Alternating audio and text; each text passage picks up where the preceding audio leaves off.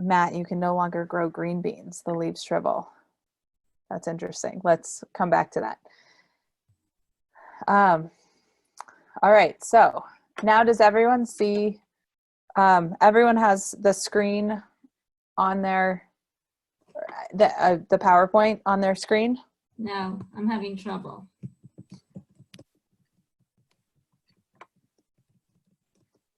That was that Nanette again? Yeah, I'll get my husband. He'll help me figure it out. A lot of times when you, are you on a Mac or a PC? PC. I'm not an expert. Let me go. Sometimes you just, yeah, okay. Sometimes you have to just like find your Zoom application and re-click it when you can't find things. Right. Molly, will you make sure everyone's muted now? Yes.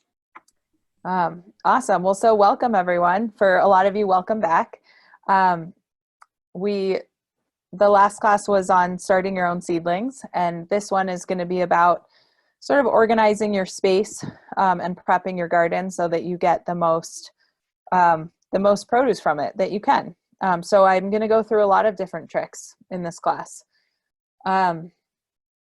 Let's see, I think many of you have probably used Zoom before. We're going to ask questions in the chat box. In the bottom left corner, you'll find the mute and unmute button. We're going to mostly keep everyone on mute.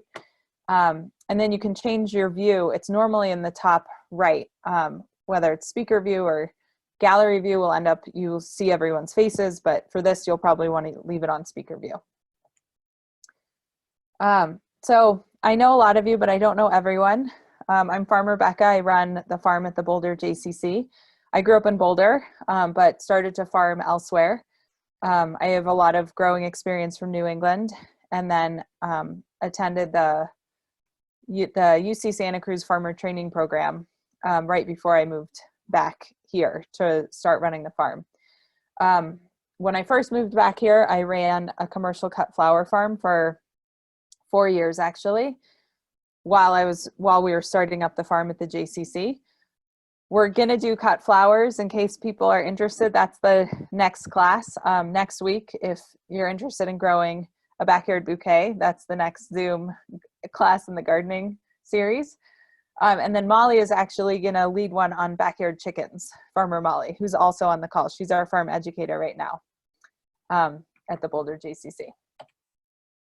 So today, when I was trying to put together like what kind of information, I think it's really useful to think about getting the most out of your, the most harvest from your backyard garden. I split it up into a few categories. The first one was making sure that you pick the best site possible for your garden. And so what are those needs that typical vegetables and some fruits need? And how you prepare your soil. The second one is I often get like, okay, I often get the question like, I have 2 4x8 raised beds, like what should I grow? So I wanted to put together, I put together a list of the plants that give you the most harvest basically per small square, per like square foot. In my experience, it's actually not, I haven't done research on like pounds per square foot, but this is like my own experience when I'm growing, like what I feel like gives me the most reward for the work and for the space.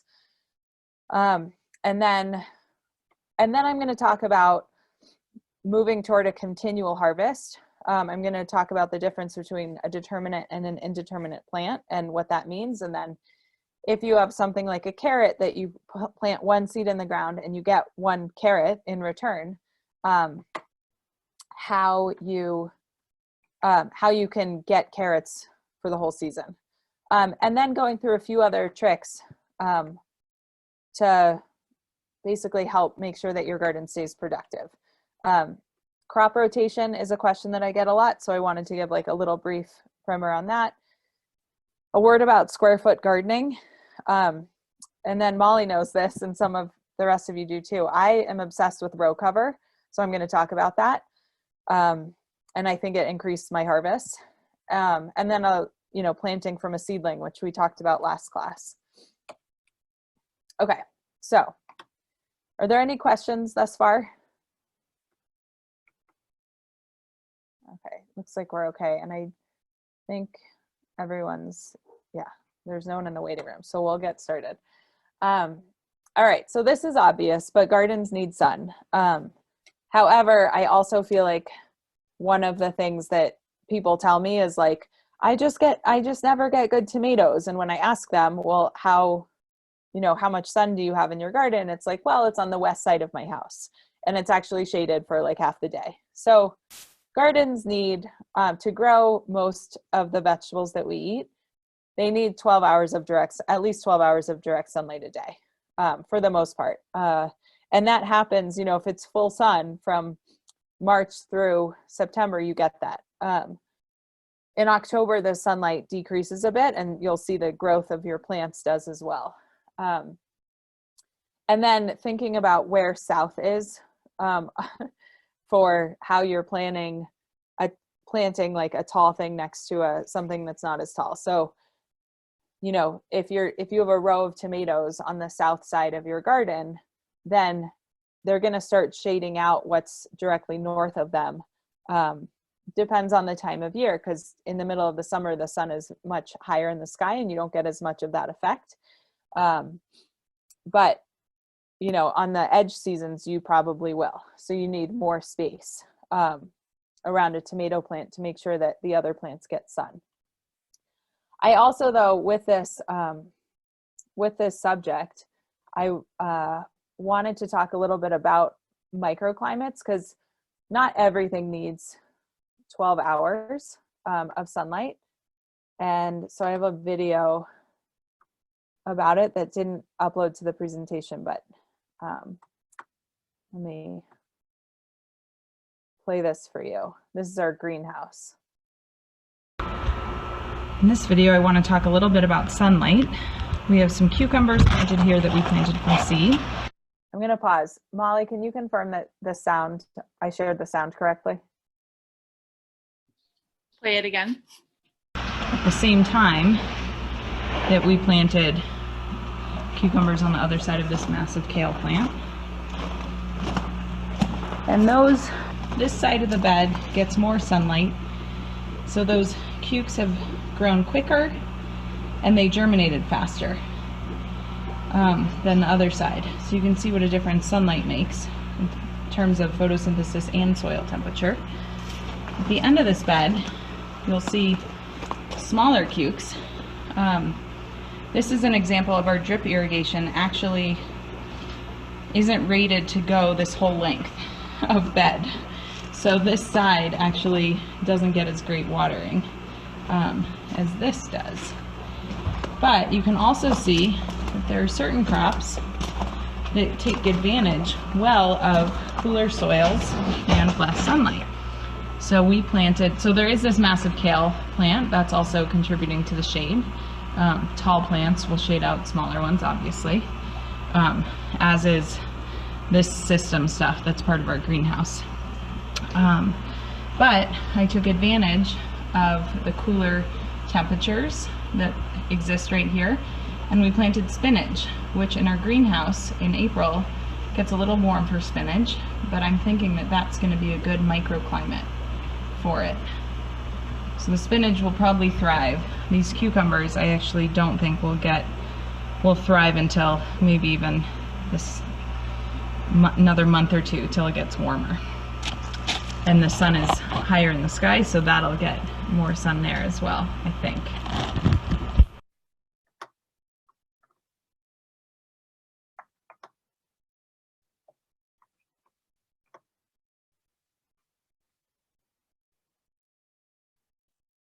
So that was, showing you that like most plants need 12 hours of sunlight at least.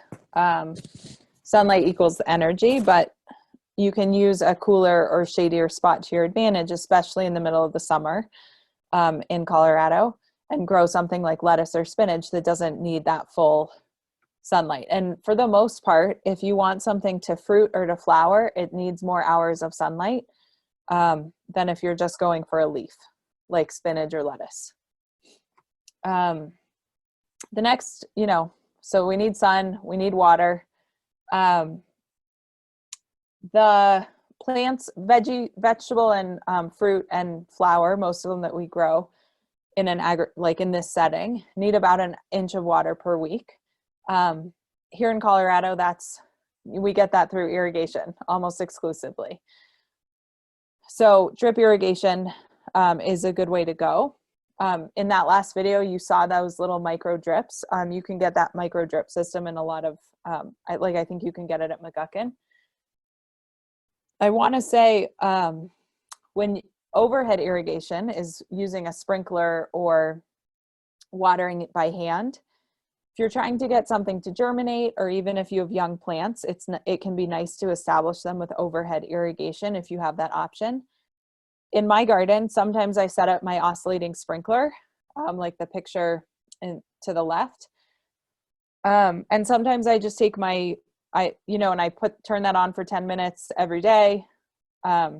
Sometimes I'm just actually going out every day with my watering can, depending on how big the space is of like seeds that I'm trying to germinate, or seedlings that I want to just like make sure have good root establishment before they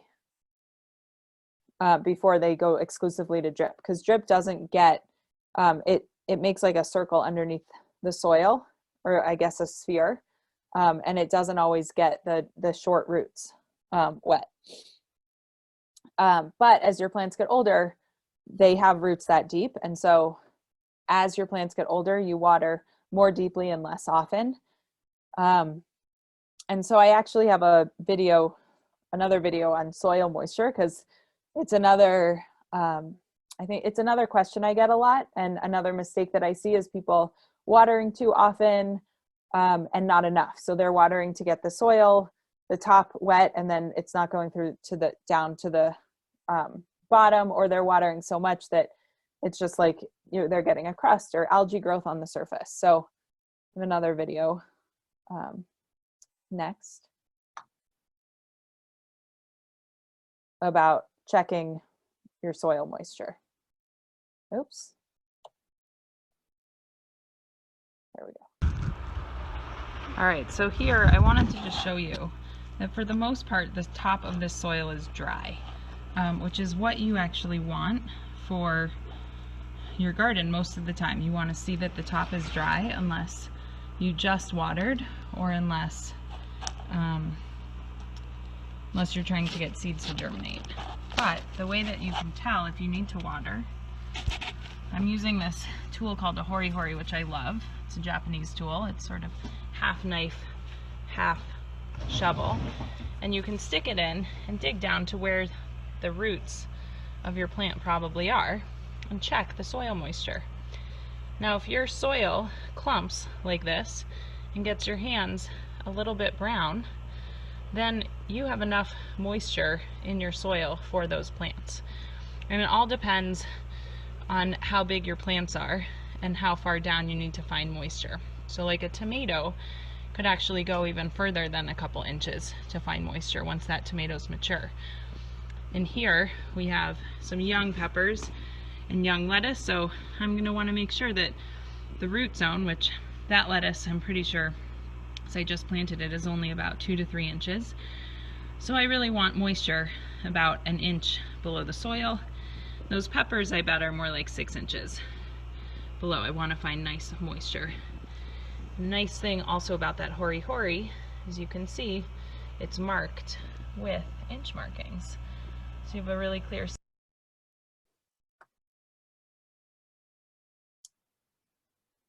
I think the last thing I'll want to say about that is part of the reason why you want to make sure that you're watering deeply is because the roots of the plants are only going to go as deep as the water is.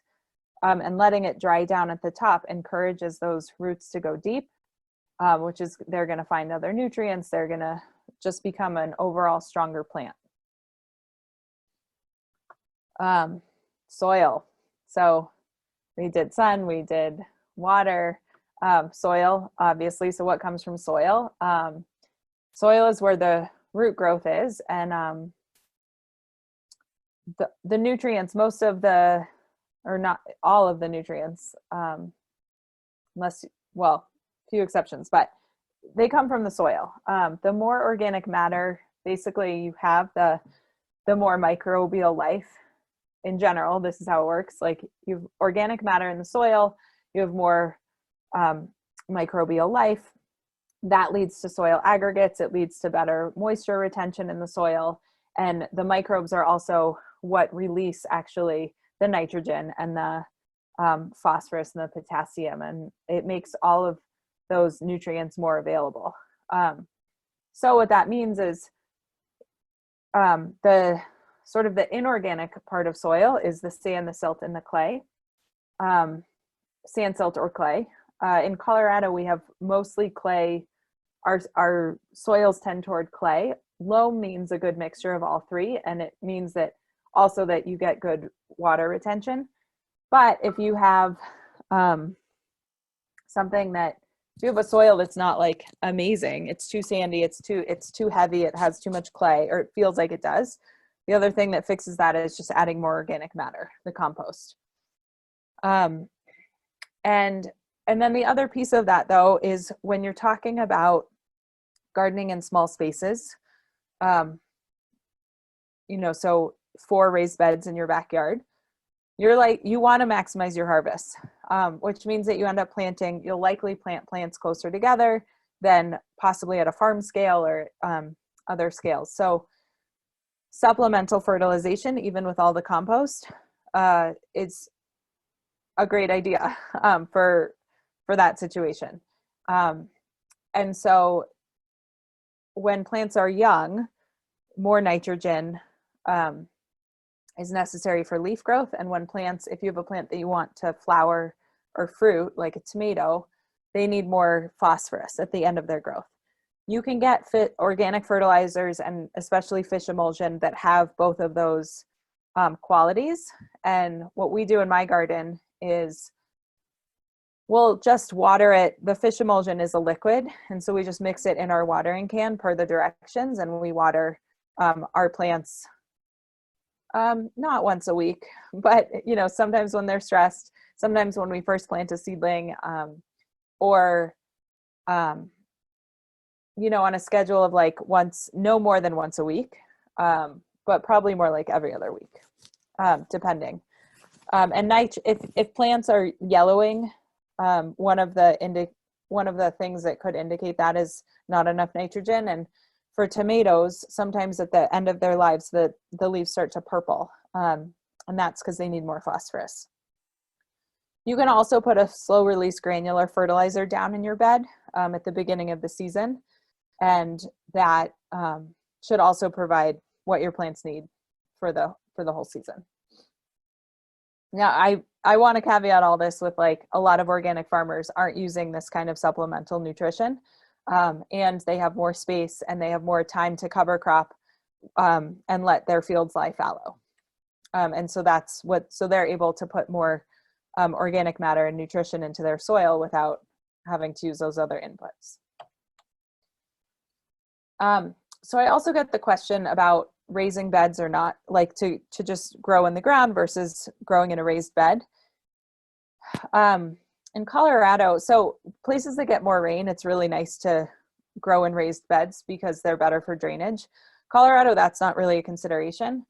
I think the biggest consideration for raising a bed or not raising a bed is who you have gardening with you and who you are and what your preferences are. So having a raised bed it's physically a lot easier for people. You can see where your garden is. It can be easier for weed management, you know, keeping weeds out of the raised beds, especially if you have wood on the edge of your beds. You can actually raise them, like right now, many of you know this, but I'm pregnant with twins right now, like 26 weeks in. And it's pretty hard for me to get all the way down to the ground right now. But I have a section of my garden that's in 2-foot raised beds, and I'm like totally good to go there. If you're gardening with children, it's also really nice to raise beds. because then it's much easier for them to see what's what, which is why at Milk and Honey Farm we have a section of raised beds, and that's like where we do most of our garden education, especially with youth, because it's just easy to see where to step, where not to step. And then adding compost. I add compost every year. I add to my garden probably more like a ½ inch to an inch layer of compost. Depending on how big your garden is, like we actually order on our street. We order a 15-yard load, and it's split between 3 different households. But likely if you're in a more suburban place, you can still have someone on your block order 5 yards of compost. You can get it delivered. It'll be much more economical, and you can split it up between, however many houses you have that have a garden. All right. So that's the end of our garden preparation section and what plants need. Are there any questions before I move on to picking the plants that give you the most bang for your buck?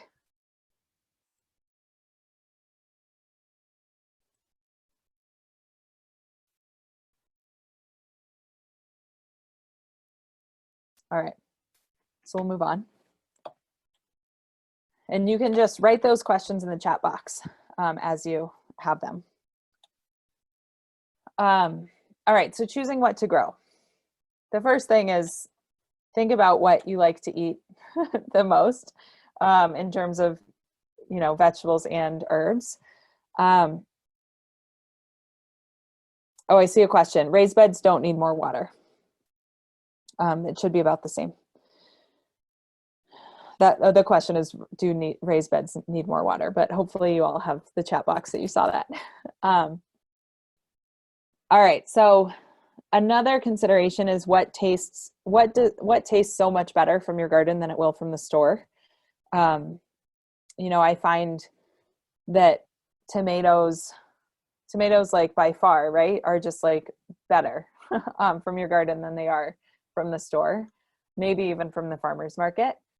Another thing is, is there a certain variety of plant that you know of that you want to grow that's really hard to find? Grow that. In my hand, in this picture, you can see some Persian cucumbers.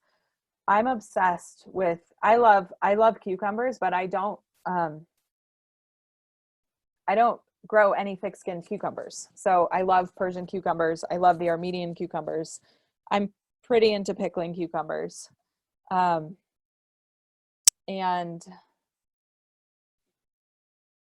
so I grow cucumbers every single year, a lot of them. And then again, what gives you the most food for your space and effort? Oh, I see another question about tilling or aerating the soil.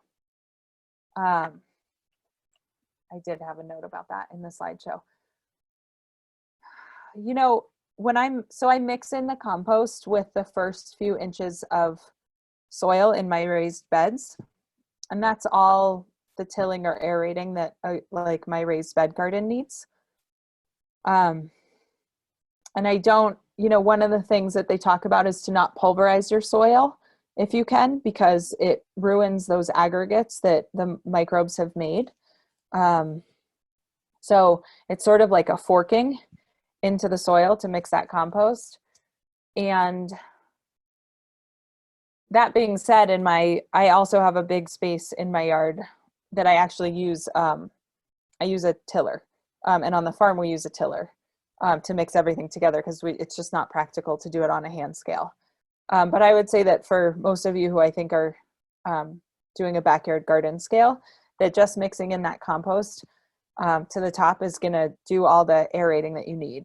And in terms of what you're doing, you're giving air to the microbes that are in the soil. Sometimes that actually can burn off some of the organic matter that's there, because they get more oxygen and then they can eat more. So it's an interesting balance. And it also, though, it normally warms up the soil when you do that a bit, because you're getting air in there. And so it can warm up the soil for the season. Not to mention it'll you can weed at the same time, any of the early season weeds that may have sprouted. All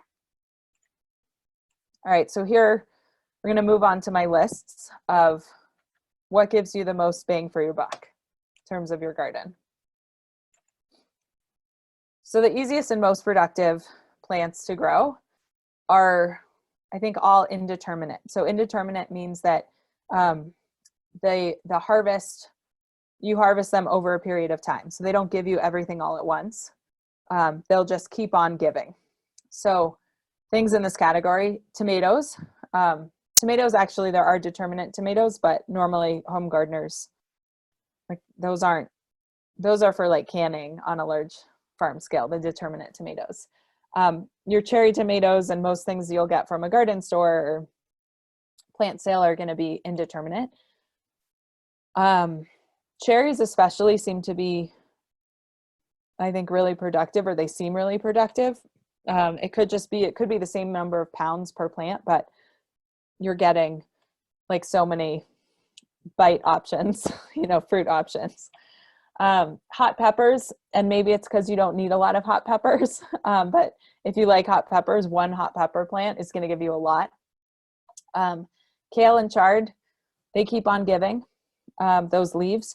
Chard in Colorado seems to me even easier than kale. I think it just likes the clay soils more or something. Summer squash, there's always the jokes about like the huge zucchinis that like you drop at your neighbor's house or something, but summer squash and zucchinis are very productive. Pick one pick a variety that boasts about its flavor, so that you really want to eat it, and pick it when it's small. Like most summer squashes and zucchinis, you don't want to be more than 9 inches, depending on the variety, but keep picking them when they're small, because the big zucchinis are not fun to use. And you'll keep getting fruit, so you don't need to maximize that size. And then annual herbs are really nice to plant, like parsley, cilantro, basil, those sorts of things. Other indeterminate plants that also keep giving but aren't as productive per like small amount of space: cucumbers, sweet peppers, baby greens are, I'm putting them in the indeterminate category because normally you can get around 3 harvests from them, but then they're done, which is why they're in this category of, they won't keep going the whole season. So they're in the next tier. Sugar snap peas and bush or pole beans are also normally indeterminate, but they don't, I guess sugar snap peas, you can plant actually in March, but you don't get that long in Colorado of harvesting before they before it gets too hot. And then bush or pole beans, you got like 3 weeks of good harvest from each one, but then it's nice to plant it again to get more, if you want to keep getting the harvest. And I'm going to talk more about succession planting and how to think about that. And then I just wanted to put under here, if you have a bit more space, definitely plant perennial herbs. You get some harvest in the first year, but much better in the years to follow. Herbs like oregano, sage, and thyme do very, very well in Colorado. Thyme is a slower grower, but it's delicious. Oregano and sage are like rock stars here. And then I added in here raspberries and red currants, because they do very, very well in our climate. They're not putting off blossoms until after we are not going to have the weather that we're having right now outside. And so you get fruit really consistently, and a lot of it, if you have like the side of a house. Red currants are much more common to eat in Europe than they are here. Like in Europe, they're sold in the markets.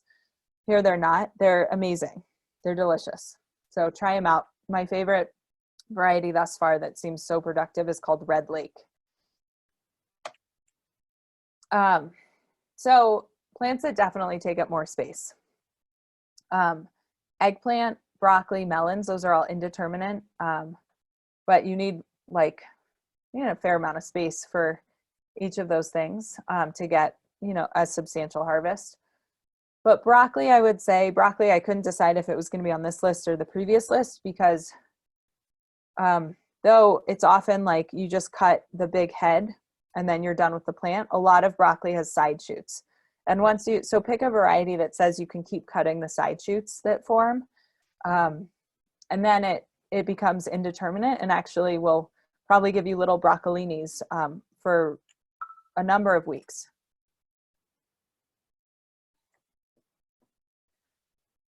And broccoli is a plant, in my experience, that is also much more delicious when you grow it than when you buy it in the store.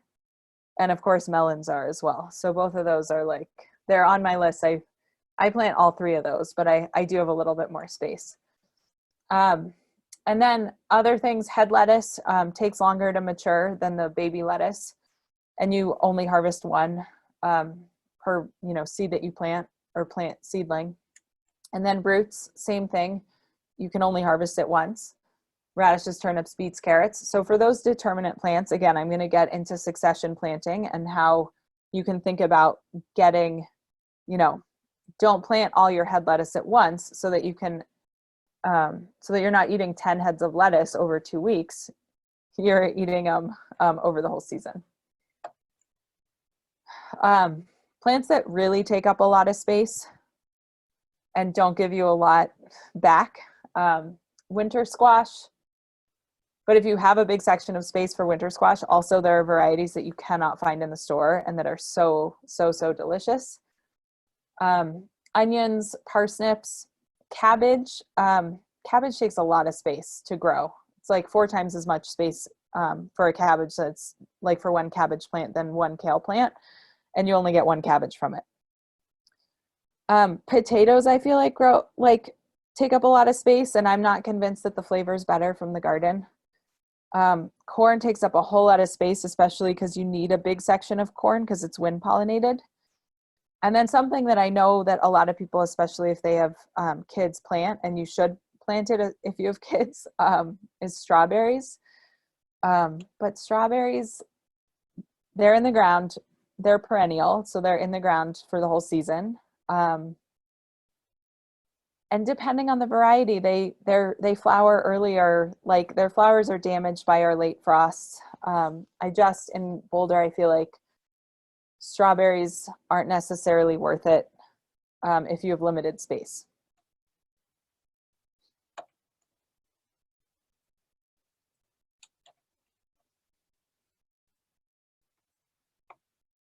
Okay, so the succession planting thing. So say you want, there are 2 different ways that, like strategies that I use if something is determinate, so only, you can only harvest it once, in order to get a vegetable or get a harvest of that plant for a longer period of time. So one of the techniques is called succession planting. And that's when you can see this picture. The bottom was planted probably 4 weeks before the top little sprouts that you see. So you're planting, these are radishes. So you're planting them offset like every, week or 2 for a radish. Actually, no, for a radish, you still only need to do like every 2 weeks.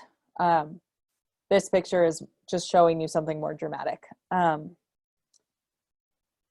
So that, you get radishes 2 weeks before, you eat all those, then the next 2 weeks you get more radishes, the next 2 weeks you get more radishes. I don't necessarily do that with, radishes. In my own garden, I would say that actually because I'll sort of combine this method and the next method, which is planting different varieties that have different days to maturity. So DTM, days to maturity. So if you plant in one planting for 1 month, like in April, you plant a radish, you plant 3 different types of radishes that have 30 days, 40 days, 50 days for their days to maturity. Then you don't need to plant again till the next month. because you've offset when that's going to be harvested. The same thing goes for something like lettuce or baby greens. So for the most part, like I plant in April, I plant in May, and I plant in June, and then I plant like a little bit in July and August for some things that are fall. But I don't plant things like every 2 weeks because I combine these two methods. And the other thing that I want to mention with succession planting is chard and kale, for instance, and actually, yeah, I say carrots too. I plant in April and then I plant in June. So not until. Carrots sit in the ground well for a long time, so you can harvest them over time. The kale, I know a lot of people probably have trouble with aphids. Aphids and kale and broccoli go together just really well at the end of the season. Aphids prey on either plants that have too much nitrogen or plants that are struggling. A way to prevent aphids on kale and broccoli is to plant it again. So even though you could plant kale once per season, if you have another bed that you're able to plant in June, after your late April or early May planting of kale, plant it again, because that younger plant then is going to be what you're harvesting in the fall and is not going to get aphids as quickly as a plant that you planted at the beginning of the season. Becca, I have a quick question about succession planting. Yeah. Are you, for plants that are not a root vegetable that like to be direct seeded, are you planting all, like for example, all your basil at the same time and then just leaving it in the start trays? Or are you starting them maybe like 2 weeks after you start your first? Like, does succession planting also have to do with seedlings? Yes, Okay. it has to do with seedlings. So you would plant, so in that example for basil, you would plant a tray of basil 4 to 6 weeks earlier than your second tray. Got it. If you're planting out a seedling. Same thing with kale. Sweet. Thank you. Yeah. Anyone else on, I'm going to go to a spreadsheet, which a lot of you guys have seen before if you were in the last seedling class, but it just has a section on succession planting, so I'm going to show everyone that. But before I go over to that, does anyone else have any questions?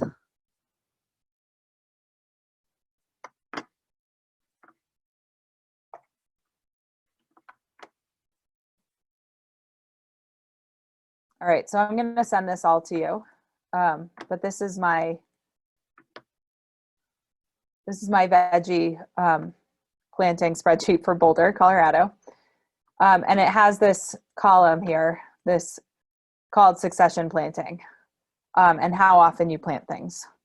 And the other thing that it has is a first planting outside and a last planting. So, for instance, if you take cucumbers, in order to get cucumbers, cucumbers that also they lose production. So I like to plant them twice if you have enough space. Well, and you now know how I feel about cucumbers. So that would be my top one to make sure I have as many as possible. But so it says plant every 3 to 4 weeks in column E. And the first planting is May 15th, and the last planting, if you want it to mature in Boulder, really is June 15th. So that just means that you're planting them twice. You're planting in May and June. If we're going to say broccoli, you could I plant broccoli. I just plant it twice.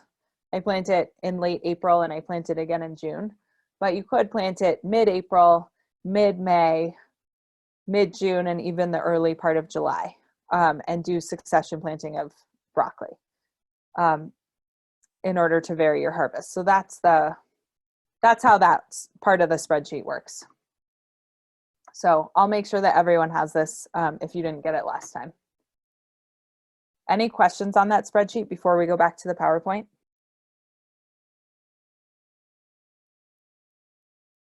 Are you willing to share this? Oh yeah, I'm going to send the spreadsheet to you. Thanks. Yeah, sorry. I should have probably sent it to everyone ahead of time, but many of you have it because you were on the last one. Okay, so I'm now going to go into a few other best practices and tips for increasing your harvest. So the next, so there's an idea called a best practice called crop rotation. And crop rotation, you rotate your crops, especially in a garden space, because each, okay, I'm going to back up because there was a question in the chat from Rachel. So the last date is the last planting date in my experience if you want to harvest. So the last planting date is like plant cucumbers by June 15th, your last planting, because if you plant them in the first week of July, you likely won't get that much of a harvest because of how long they take to, because they have like 70 days. And we often get early frosts or the sunlight just decreases that late in the season. So that's what that last planting date refers to, mostly how much in the future it needs to mature. All right, back to crop rotation. So each crop takes different nutrients from the soil, and that's the biggest reason on a garden scale to rotate crops. Because the other big reason is, pests and disease can be in your soil. And if you had bigger fields, then rotating families of crops would be useful in that. But in a garden scale, the pests and diseases are all going to find each other anyway. But it's really about, it's really about the nutrients that a crop takes. So in my garden, if you can imagine, to me, it's simplest to think about splitting up into 4, but you can think of a different rotation. So I split my garden into 4 sections. I have the solanum zone, which is tomatoes, peppers, and eggplant. I have the cucurbit zone, just cucumbers, melons, summer squash, winter squash. I throw beans into my cucurbits because I find that I don't need a whole 1/4 of my garden just for cucurbits, and beans you can sort of just clump in because they fix their own nitrogen. And then I have the other half of my garden I plant with greens and roots. So you could classify this, and you'll see it in my next slide. You can either classify all your greens together and then like all your roots together, or you could do it a little bit more on plant family. And the brassica family includes kale and broccoli and turnips and radishes.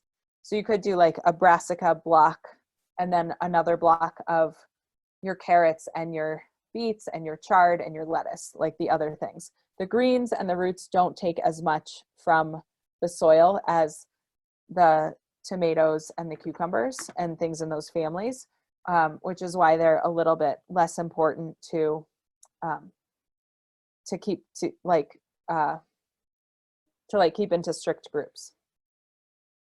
Oops. Okay, so then I just wanted to give you a slide of my garden's crop rotation. So year 1 is here in the top left corner. Oops. So I have my solanums, my cucurbits and beans, and then a block for greens and a block for roots. And then in year 2, which is in the top right corner, I just turn it upside down. So I flipped it. So yeah, so I have the solanums in the bottom left and the cucurbits in the bottom right, and then the greens on the other side. Then in year 3, it's like flipped and mirrored. So year 3, the cucurbits were where the tomatoes were the first year. And then in year 4, they come back down and it's just flipped again.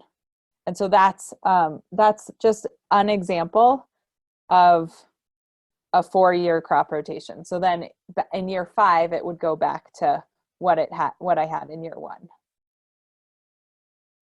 It's sort of a spatial game, but can anyone think of any questions on crop rotation before I go on? And we only have like 9 minutes left, so you can also email me questions.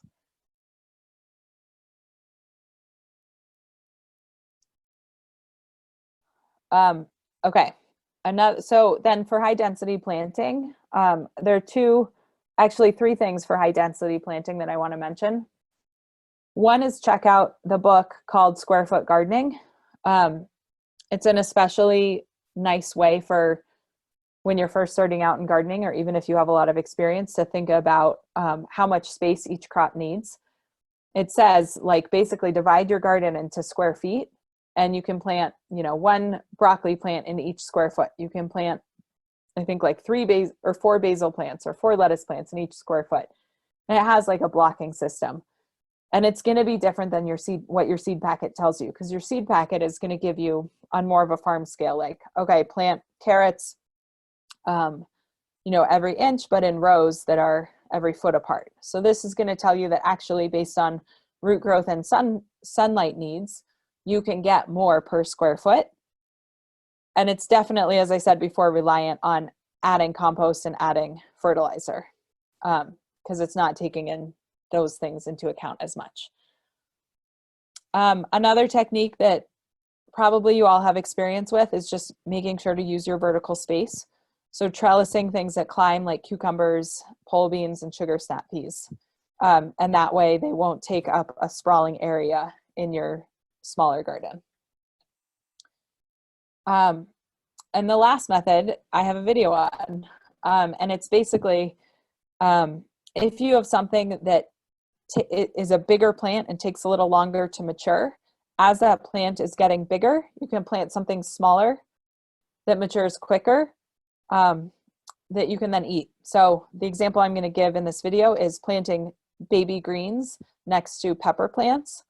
And then once you're done with your greens, you take the greens out, the pepper plants get bigger. So it's basically, as those bigger plants are maturing into their space, you can use that other part of the space to plant something smaller. I also do it a lot with cucumbers or summer squash and radishes. So as those things are getting bigger, you can plant radishes or baby greens next to it. So here's oops, why didn't that play? Okay, here's that video. So here's an example of our peppers in our greenhouse. And we planted the peppers, and then we planted baby lettuce next to them around the same time. So that baby lettuce will be able to harvest a few times, and it won't shade out our peppers because it's smaller, though it's within, where we wouldn't plant anything in this bed. This bed is about 2 feet wide, so the peppers are going to take up all the space. But before they get big, we can plant little lettuce down there. And then on the side, we have nasturtiums growing.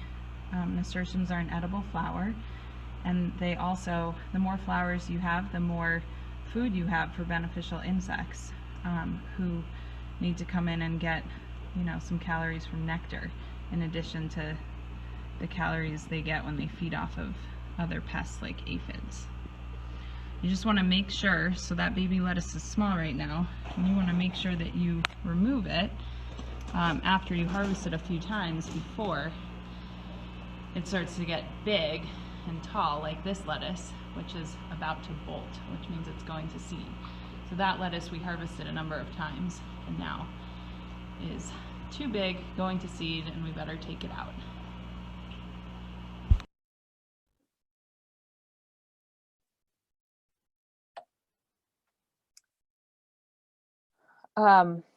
Another way, to get a jump on your season and use your outdoor space more efficiently, again, is planting a seedling. If you're interested in this topic, I'll send the link to the recording of the last class out. But it means that you don't have to spend all that time for the seeds to germinate in your garden. You can, plant things in quicker succession with a seedling. Okay, row cover.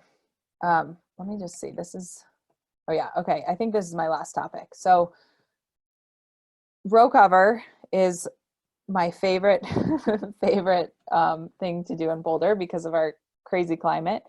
It extends your season. So I don't use the really, really thin row cover anymore, which is just more of an insect barrier. I like a thicker one. It extends the season better, and it is easier to work with. It doesn't tear. It's called Agrabon in a lot of places. That's like the brand name for it. Yeah, I list Agrabon 30 as my favorite one for Boulder. So it extends the season. I'll show you a video of what some of our crops look like that we've already planted underneath this snow that have been under the row cover in a minute. You can overwinter it with it.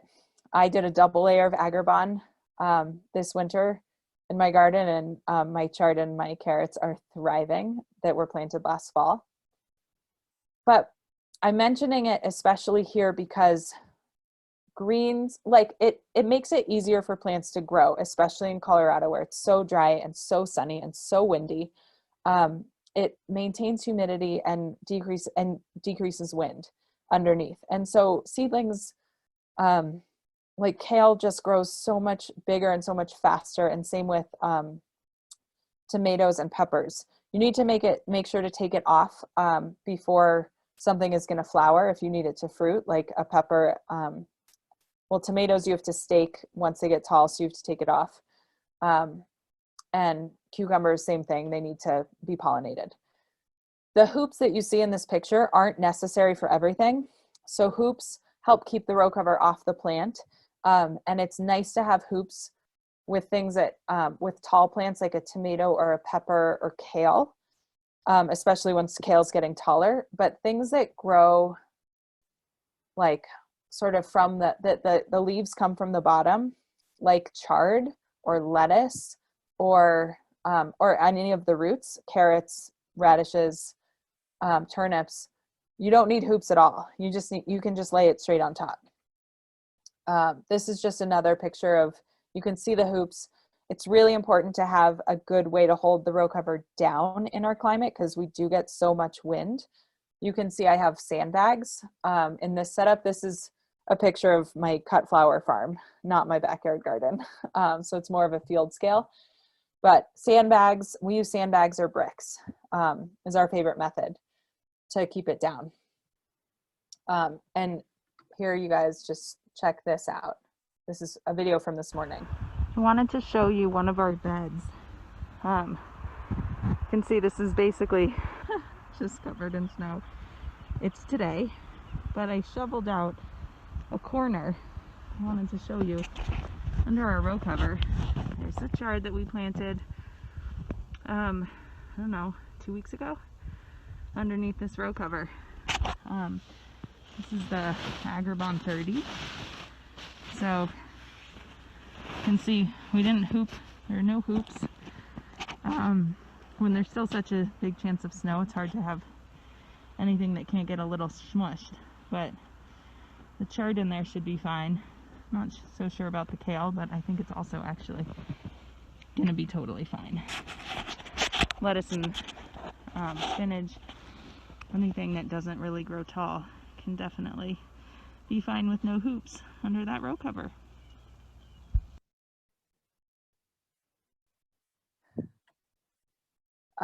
Sweet. So it's exactly 3:30, but we have time for questions, but that's the end of the main presentation.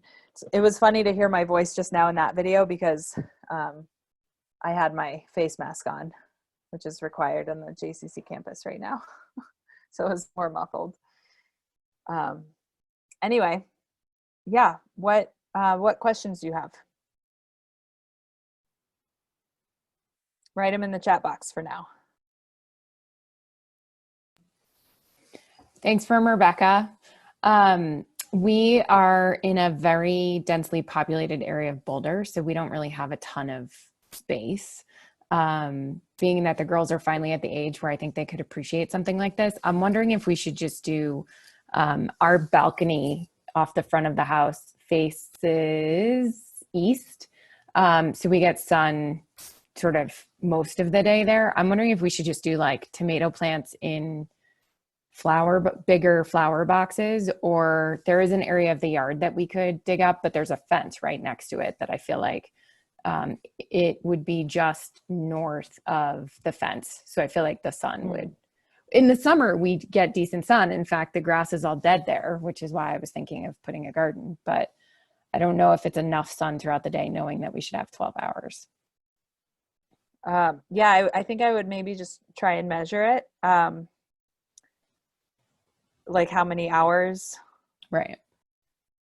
Because I don't, if it seems like you get a lot of sun in that other place, containers are harder, especially in a balcony, to get something to fruit. Right. You know, you may have more luck with greens there, without as many hours of sunlight. And then where would you get seeds and plants from now? Like, we're not going out at all. We get our groceries delivered. I know McGuckins will do a delivery, but that used to be my go-to, as I would go to McGuckins and get stuff. Okay, well, so if they'll do a delivery, they also have curbside pickup. Right. I'm pretty sure, I should have looked, actually. Growing Gardens, something just came out about their plant sale and doing like some sort of order ahead thing, I think. When I was on Instacart for Natural Grocers the other day, seeds came up. So it's possible that Natural Grocers Seed Racks is in the Instacart, but it wasn't a full range, so I'm not quite sure on that one. I think we're still going to have a self-service tomato sale at the JCC on the porch of the barn. So for tomato plants, you'll probably be able to come by. Great. Let's see. Alyssa said, do you ever recommend combining different kinds of plants together, like tomatoes and basil? Or is it always better to plant them together by plant family? So what I'll say about that one is that I'm not an expert on like there's a book called Carrots Love Tomatoes, which is all about companion planting, and like supposedly carrots love tomatoes. I'm not an expert on that. I haven't really experimented. What I'll say is that things like lettuce and even maybe basil, but greens and the little roots like radishes don't take a lot of nutrients from the soil. So, like I gave the example of planting lettuce next to a pepper. So that was outside the plant family. But I would still consider that block as part of the pepper and like the solanaceous crop block, even though I planted some lettuce there and got like a little bit extra from it. Does that answer your question?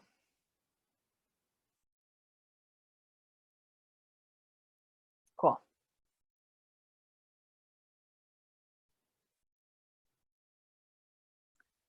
So Martin asks, would you say that in general plants that don't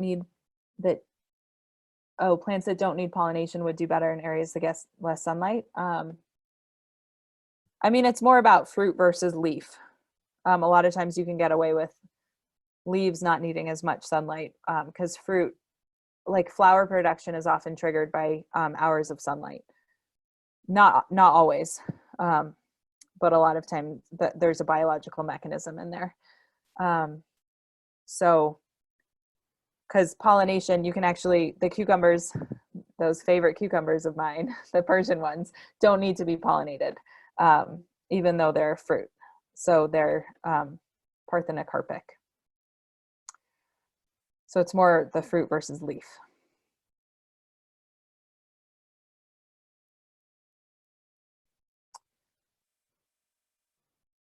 Okay, Rachel, have you seen success doing something like using vertical space to stack things like radishes on top of something that takes longer to mature, like carrots, or would that disturb too much?